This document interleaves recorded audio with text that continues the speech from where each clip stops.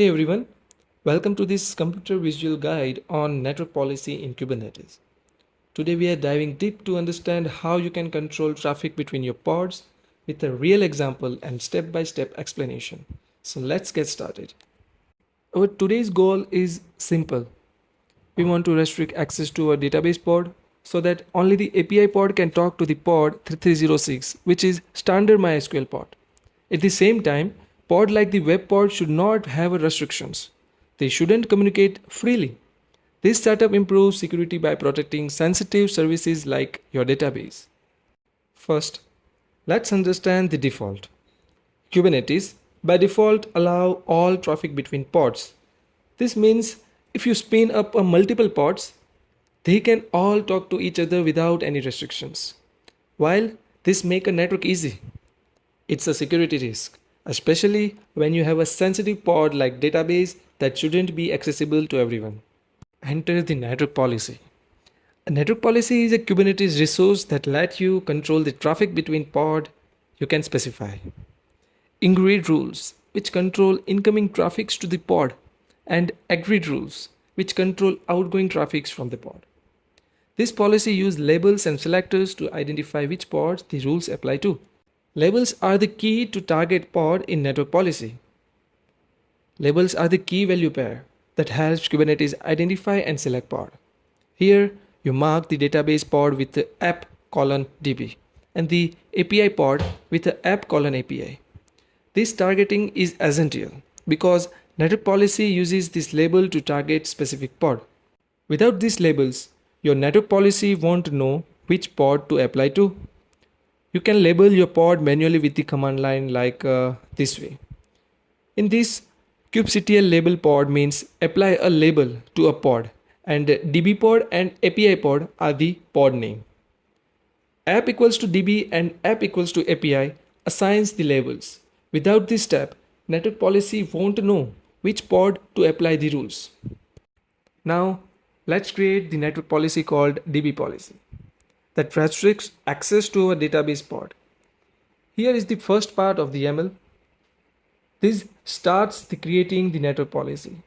API version and kind specify these resources in a network policy. Metadata.name is the policy name and policy name is db policy. Spec.podSelector tells Kubernetes which pod this policy apply to. Here is the match pod label app::db. That's your database pod. So this policy will control traffic to and from the database pod.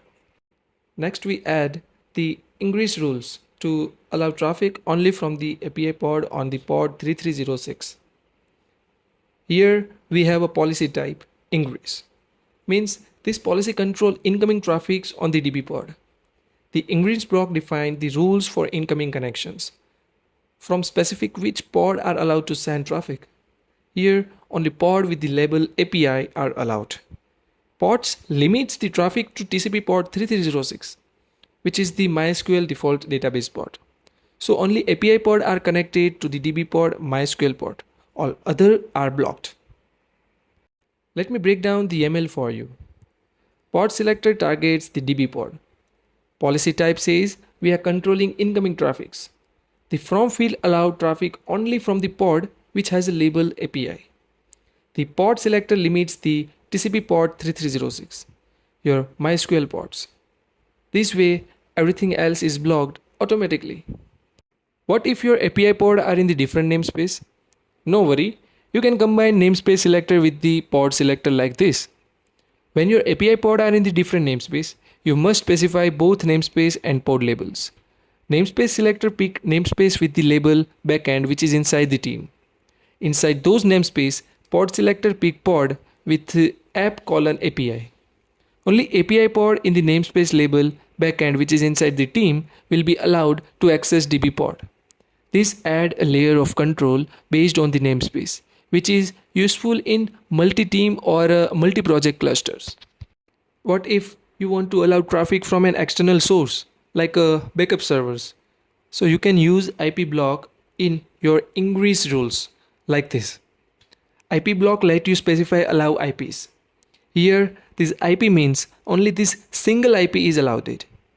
The 32 is a CIDR notation for exactly one IP.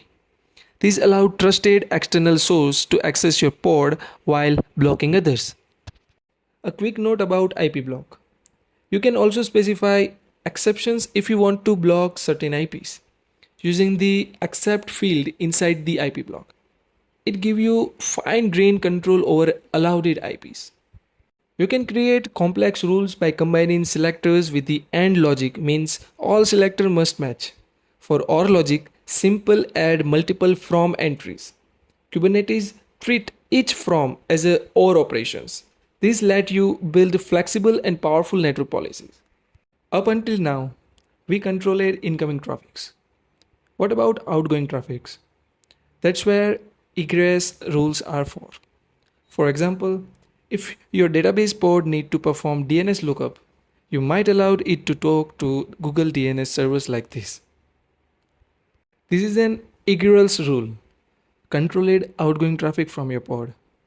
Here, the DB pod is allowed to send traffic to the IP, which is Google public DNS server. Egress rule helps when your pod need to reach outside the server like DNS or API.